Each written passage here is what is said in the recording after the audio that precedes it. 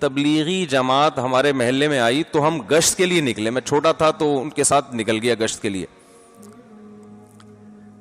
ابھی ہم گشت کے لیے نکلے ہیں تو ہم نے ایک صاحب کو آتے ہوئے دیکھا.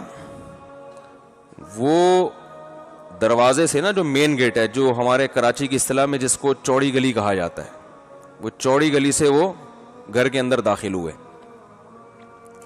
کراچی میں اکثر گلیاں ہوتی ہیں, ایک چوڑی گلی ہوتی ہے, ایک پیچھے پتلی گلی بھی ہوتی ہے جس کو گندی گلی بھی کہتے ہیں. اس میں لوگ اکثر کچرا وچرا ڈالتے ہیں.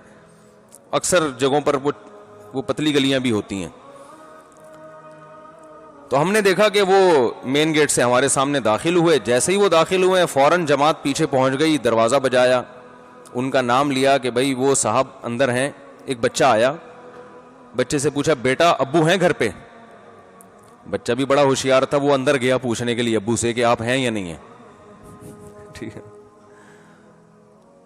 ہم نے تو جاتے ہوئے دیکھا تھا. اب وہ بچہ اندر سے پوچھ کے آیا, کہنے لگا کہ ابو گھر پہ نہیں ہے. تو ہمیں ایک بدگمانی, شدید بدگمانی ہوئی کہ اتنا سری جھوٹ ہمارے سامنے ابھی داخل ہوئے ہیں اور کہہ رہے ہیں کہ ابو گھر پہ نہیں ہے. تو ہماری جو جماعت کے جو امیر تھے نا, وہ فوراً بھاگ گئے کہ یہ اب بدگمان ہوں گے. یہ کیا ہوں گے؟ بدگمان ہوں گے. تو فوراً کہنے لگے کہ بھائی ممکن ہے پچھلے دروازے سے نکل گئے ہوں.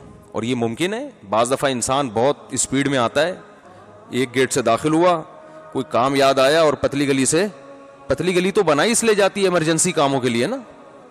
پتلی گلی کا تو مقصد ہی ہوتا ہے کہ کسی کو اسپیڈ میں نکلنا ہو تو, ٹھیک ہے نا. اگر وہ اسپیڈ میں نہ نکلنا ہوتا تو پھر تو چوڑی گلی سے آتے ہیں نا وہ, تو وہ فوراً نکل گئے وہاں سے.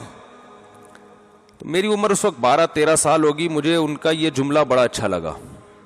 میں نے کہا دیکھو یہ ہے تربیت, یہ ٹریننگ کر رہے ہیں, تربیت دے رہے ہیں کہ بدگمانی جب تک 1% بھی امکان ہے, امکان تو تھا, جب تک 1% بھی چانس ہے کسی کی بات کو صحیح مطلب پہ لے جانے کا, تو اس وقت تک اس کی بات کا صحیح محمل تلاش کیا جائے گا.